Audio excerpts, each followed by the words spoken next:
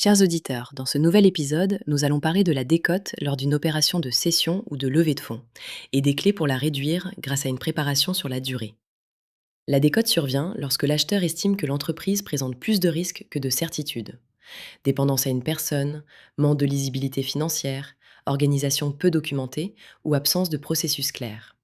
Ainsi, même une société solide peut voir sa valeur réduite si elle ne sait pas raconter son modèle et son futur.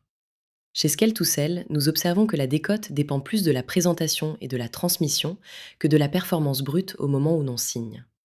Pour éclairer les dirigeants, voici 4 dimensions à analyser. Étape 1. Dépendance. L'entreprise dépend-elle trop d'une personne clé, d'un client important ou d'un fournisseur? Étape 2. Fiabilité des chiffres.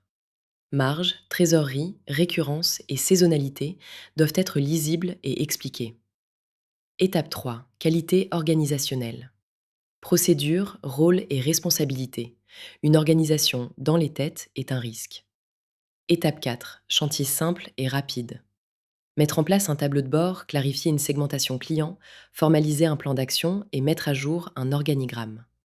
Ces points simples permettent d'alléger la cible de décote sans transformer l'entreprise du jour au lendemain. Nous partageons aussi les erreurs fréquentes.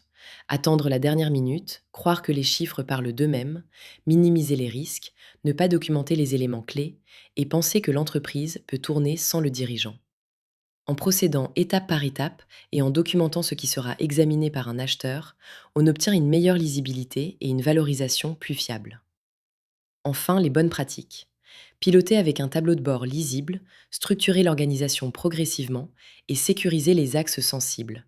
Portefeuille client, contrat clé, équipe critique. L'expérience terrain montre qu'une entreprise préparée, lisible et transmissible est valorisée mieux que prévu, et que la différence se joue souvent sur la clarté et la préparation. Pour aller plus loin, Scale2Sell peut accompagner les dirigeants dans la mise en place de ces mécanismes et dans la préparation à la transmission. Conclusion. Éviter une décote, c'est réduire le risque perçu et démontrer que l'entreprise peut croître et se transmettre. Partagez cet épisode, abonnez-vous et contactez Scale2Sell pour échanger sur votre situation.